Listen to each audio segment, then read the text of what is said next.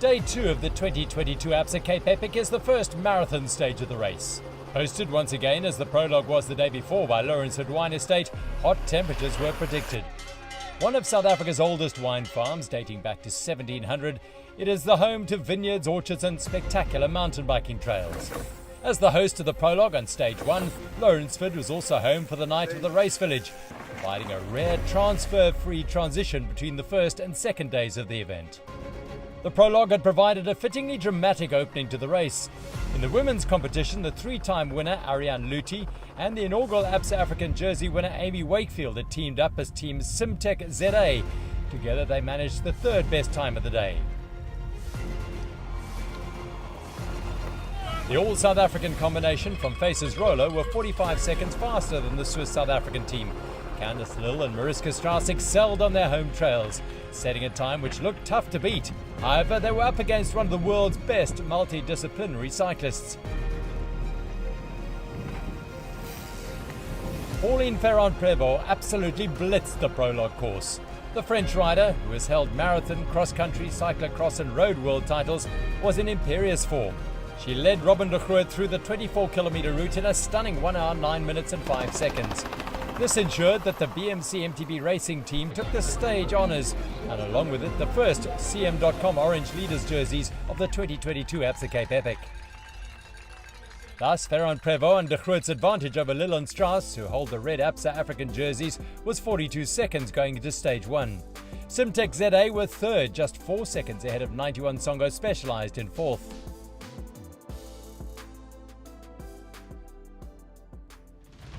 In the men's race, the third fastest team on the day was the Canyon Northwave MTB combination of Andreas Seewald and Martin Storsek.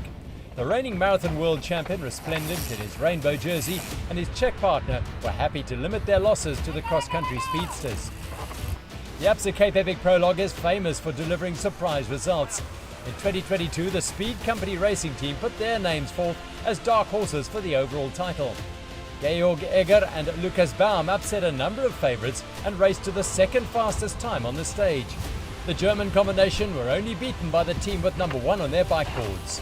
Defending champion Matt Beers and his new Toyota 91 Specialized teammate Chris Blevins powered through the course, stopping the clock in the fastest time of the day. Their 58 minutes and 6 seconds was enough for a comfortable stage victory, especially after the catastrophic rear wheel puncture which cost Nino Schurter and Lars Forster 4 minutes and 39 seconds. Thus, Beers and Blevins were able to step up onto the podium to claim the first yellow Chivita jerseys of the race.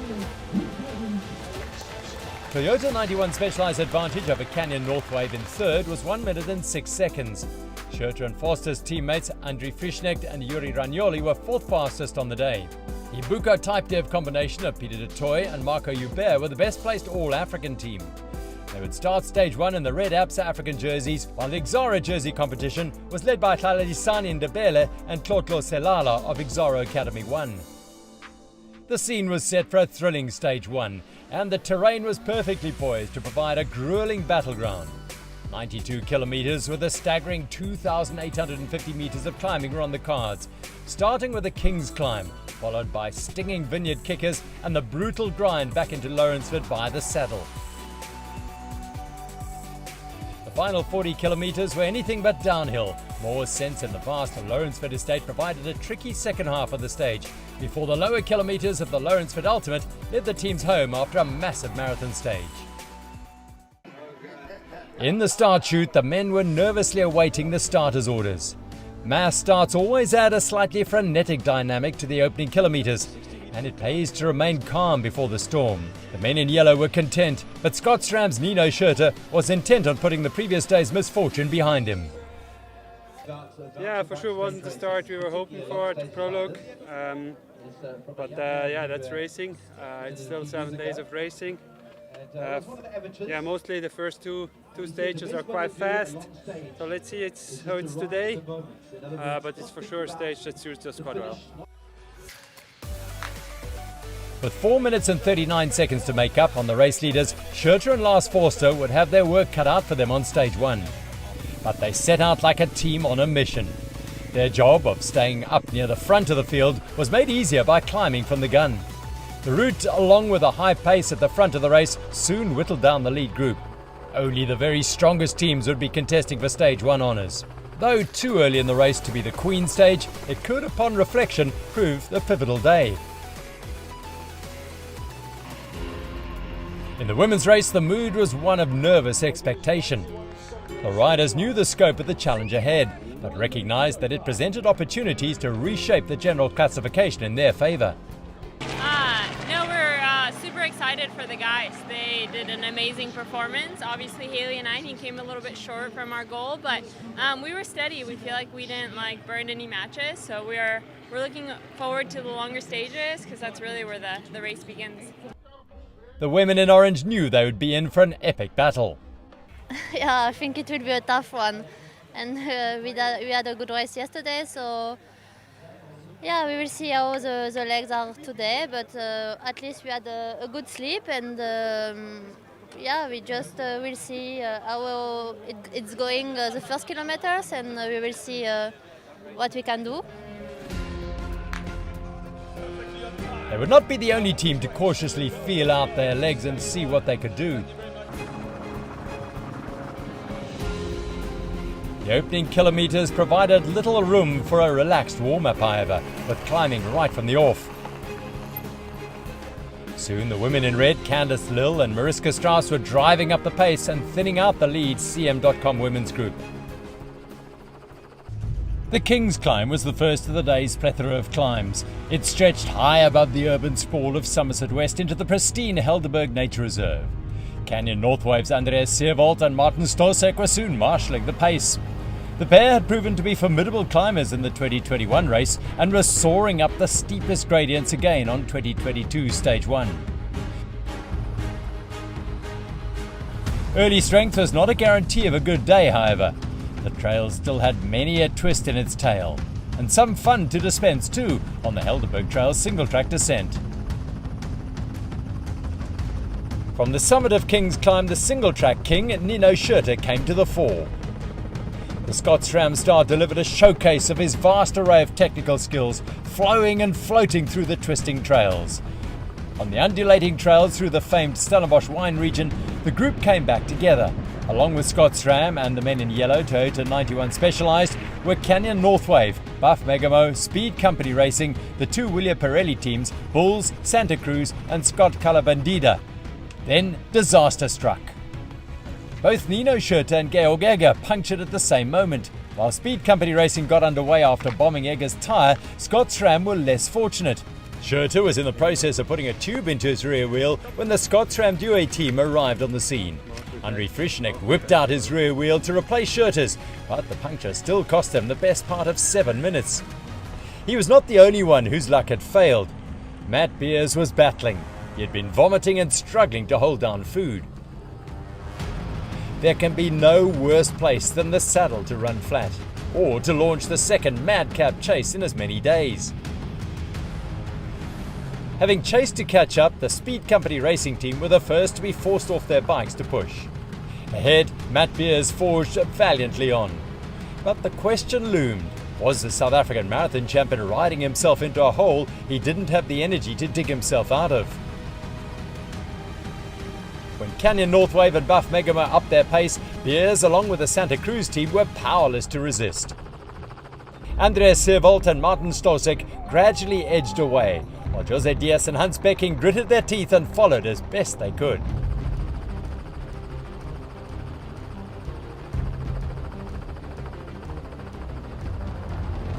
Behind, Maxime Marot and Chris Blevins were nursing their teammates Keegan Swenson and Matt Beers to the summit of the climb.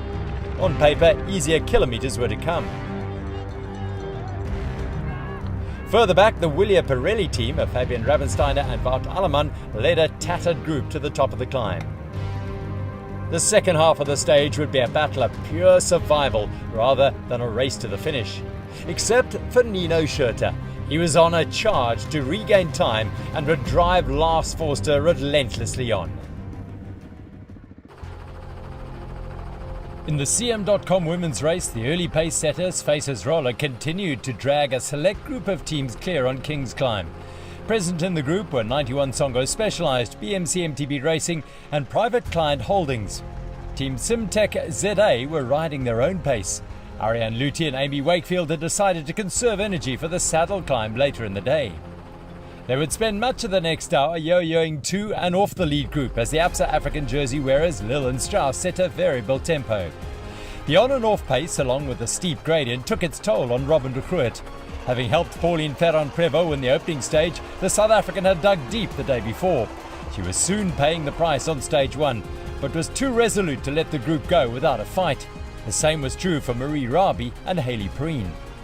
Eventually the elastic snapped and near the summit Faces Roller 91 Songo Specialized slipped away. This gave the cross-country specialists a clear run into the Helderberg Trails. The American-Argentine combination flew through the single-track descent, stretching the South Africans behind them to breaking point, as Candice Lill and Mariska Strauss had done to the other teams on the climb. Hayley Batten's supreme skills allowed Sofia Gomez-Villafan a virtual magic carpet ride.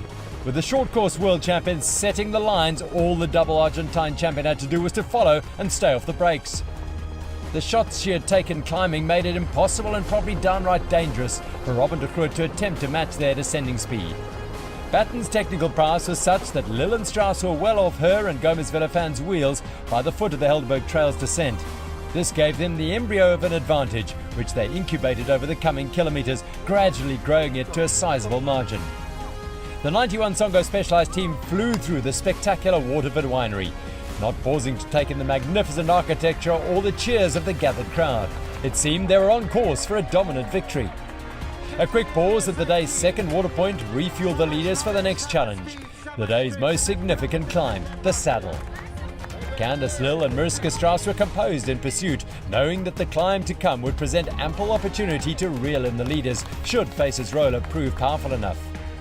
A minute back, Simtech ZA had caught BMC MTB Racing and were working their way back into contention.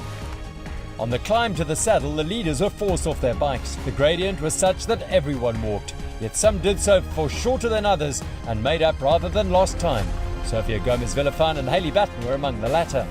Having paced themselves to perfection, the Simtech ZA team of Ariane Luthi and Amy Wakefield had ridden more of the climb and ascended into a potential stage-winning position. They passed 91 Songo Specialized on the trails and soon left Gomez-Villafan and Batten in their wake. Looking entirely comfortable on the most brutal gradients, as one may expect from a Swiss mounted goat and two-time single-speed world champion, Luthi and Wakefield simply powered away from their rivals. Over the summit, Buff Megamo regained contact with Canyon Northwave. Together the teams worked to extend their advantage. Behind the leaders, Santa Cruz, Toyota 91 Specialized and the Willia Pirelli teams were in damage limitation mode, though the latter were recovering best. Further back, Scott SRAM were racing to make up as much time as possible after their pre-climb puncture. Nino Schurter was in full send mode. Simon Schneller and Usuba, meanwhile, were limping towards the finish, their general classification hopes dashed by the saddle. Buko Type Dev were losing time too, but their Absa African jersey rivals are hardly flying either, so their troubles were not as catastrophic. Unaware of the destruction behind them, Andreas Seerwald and Martin Stosek were forging ahead. The Canyon Northwave team had distanced Buff Megamo and were leading solo. But the Dutch-Portuguese combination were not letting them slip away easily. Down the trail, Scott SRAM had caught the Speed Company Racing and Scott Calabandida teams. While Schurter's charge was paying dividends, Matt Beer's troubles were deepening.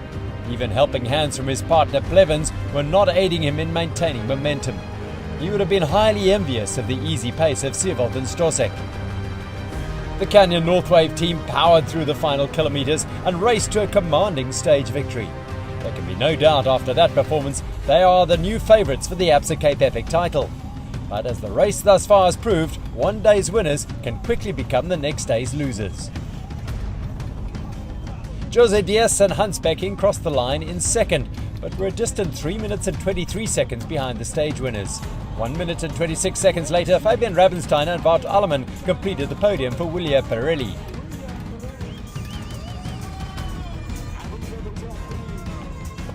A storming ride saw Nino Schurter and Lars Forster cross the finish line in 5th place.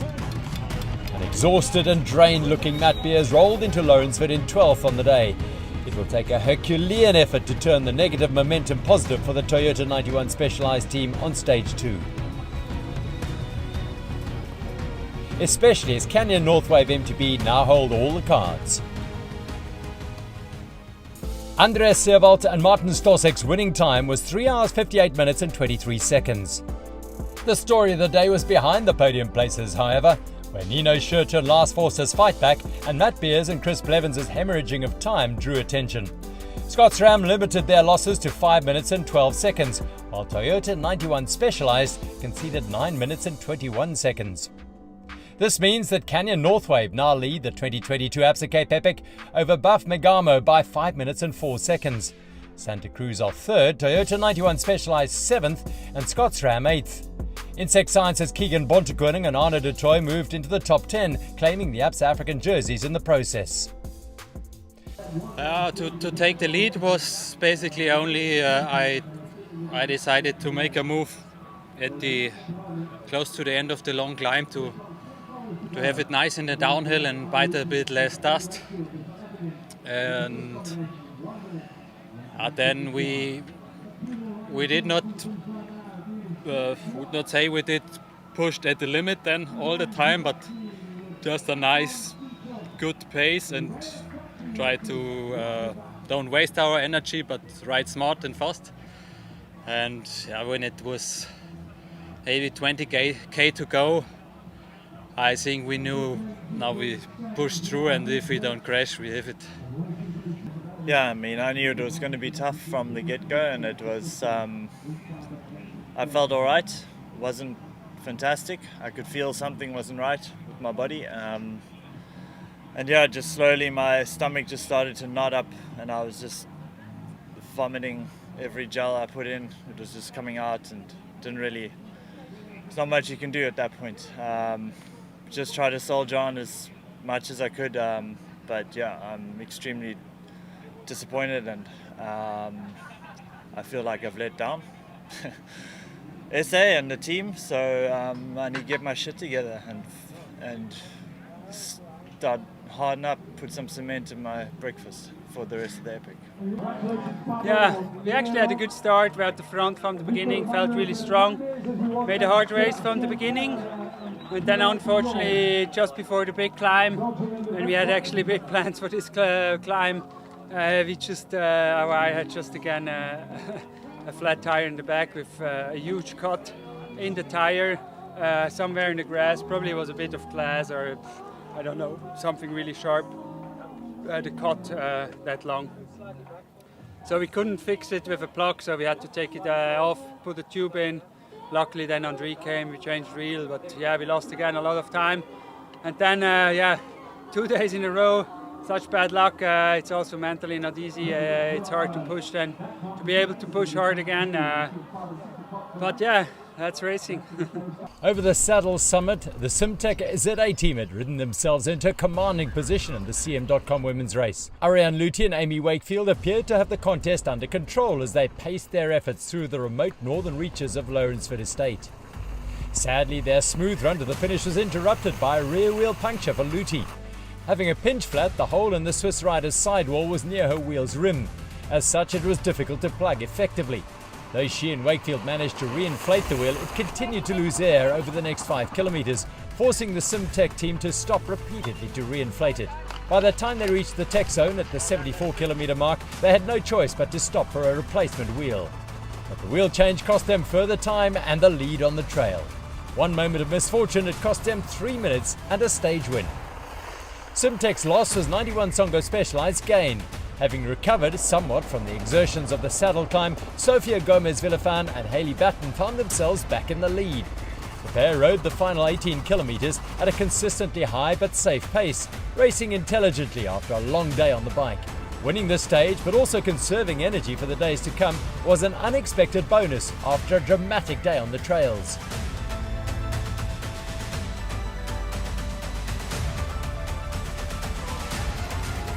Slightly disappointed, but by no means deflated, Ariane Luthi and Amy Wakefield crossed the line in second. As soon as they did so, the recovery process began, cooling off, trying to bring their core temperatures down while awaiting the third place team.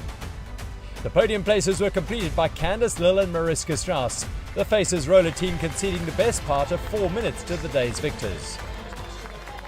Sofia Gomez Villafan and Hayley Batten's winning time was 4 hours 50 minutes and 2 seconds. Ariane Luthi and Amy Wakefield were 1 minute and 49 seconds back, with Candice Lill and Mariska Strauss a further 2 minutes down.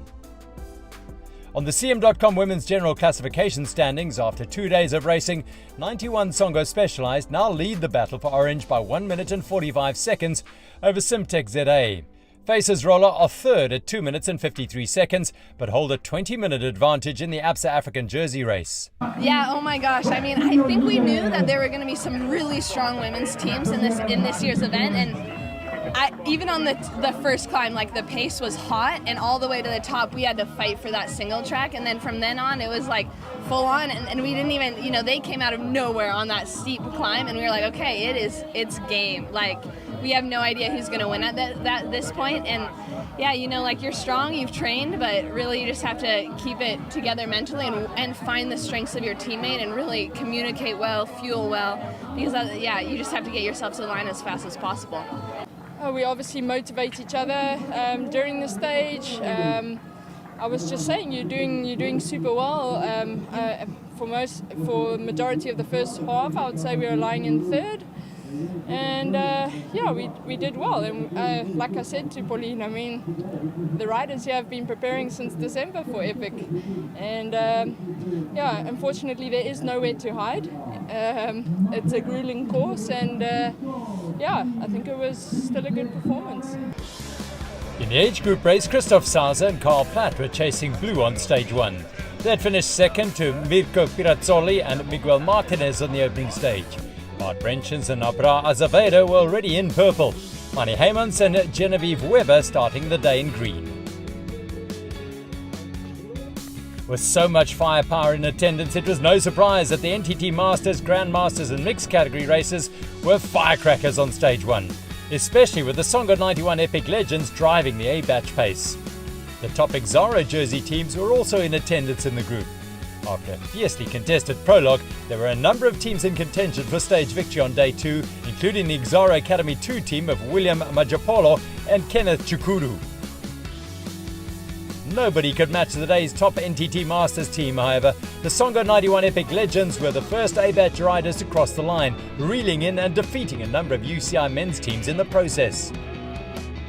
Christoph Sauser and Carl Platt's storming ride through stage 1 gave them not only the stage victory, but also the NTT Masters general classification lead.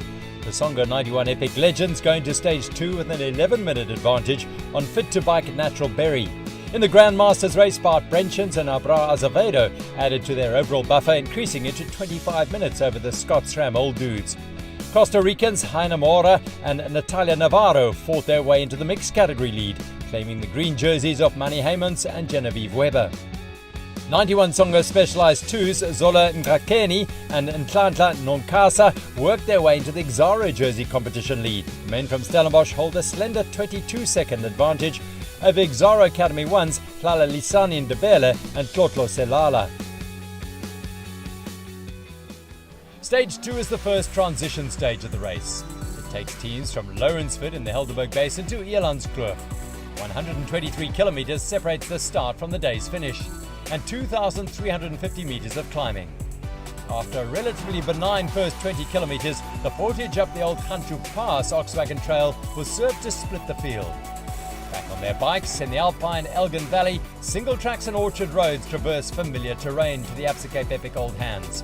The cut past descent then leads into the Overberg wheat fields, where Van der Stel Pass and Jacques Climb await. 20 undulating kilometers leads the team towards Elandskloof.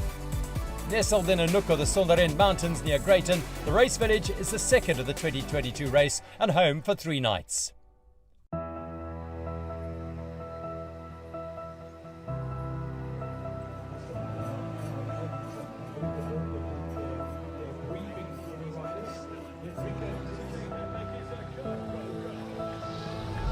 UCI men are on their way.